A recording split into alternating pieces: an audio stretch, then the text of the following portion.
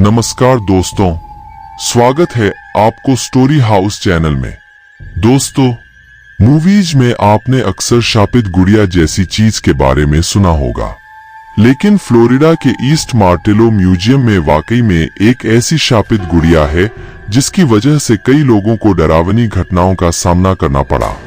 1906 में एक नौकर ने ये गुड़िया रॉबर्ट यूजीन ओटो नाम के बच्चे को दी थी। बताया जाता है कि इस नौकर ने आपसी रंजिश के चलते इस गुड़िया पर काला जादू कर दिया था। रॉबर्ट इस डॉल को बेस्ट फ्रेंड मानने लगा। बच्चा गुड़िया के साथ ही खेलता था और उसी के साथ सोता था। रॉबर्ट गुड़िया को डॉल नहीं बल्कि असली इंसान ही समझने लगा था। रॉबर्ट ने ध्यान दिया कि उसका कमरा गंदा रहने लगा और चीजें बिखरी हुई रहने लगी।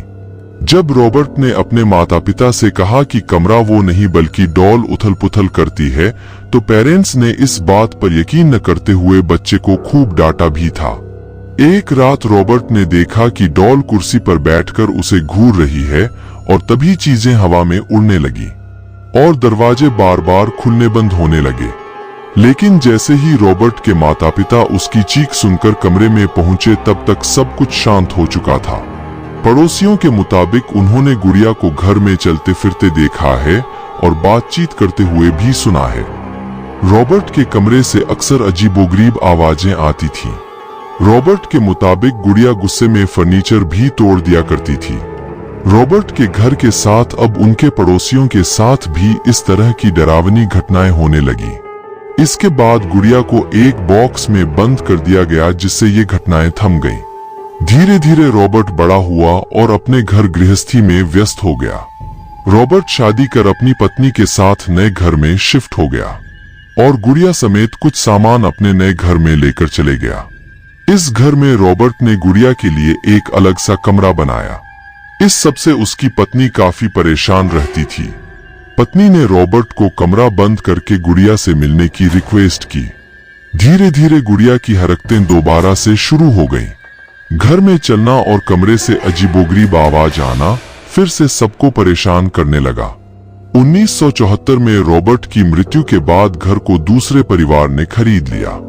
इस परिवार की बच्ची ने बताया कि गुड़िया जिंदा और उसे मारना चाहती है। 1994 में इस गुड़िया को म्यूजियम में डोनेट कर दिया गया था। कई बार शीशे के डब्बे में रखी गई गुड़िया के अलावा बाकी सारी चीजें बिखरी हुई मिलती और बच्चों के रोने की आवाजें आती।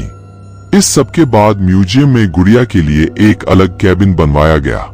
कहा जाता है कि अगर इसकी परमिशन के बिना तस्वीर खींची जाती है तो ये गुड़िया शाप दे देती है। एक टूरिस्ट ने जब रॉबर्ट द डॉल की तस्वीर उससे बिना पूछे ली तो कैमरे से सारी फोटोज गायब हो चुकी थी। इस गुड़िया की कहानी वाकई में काफी डरावनी है। दोस्तों, अगर आपको यह वीडियो अच्छी लगी, प्लीज हमें कमेंट करके जरूर बताएं। हमारी और भी हॉरर स्टोरी देखने के लिए वीडियो को लाइक और चैनल को सब्सक्राइब कर देना।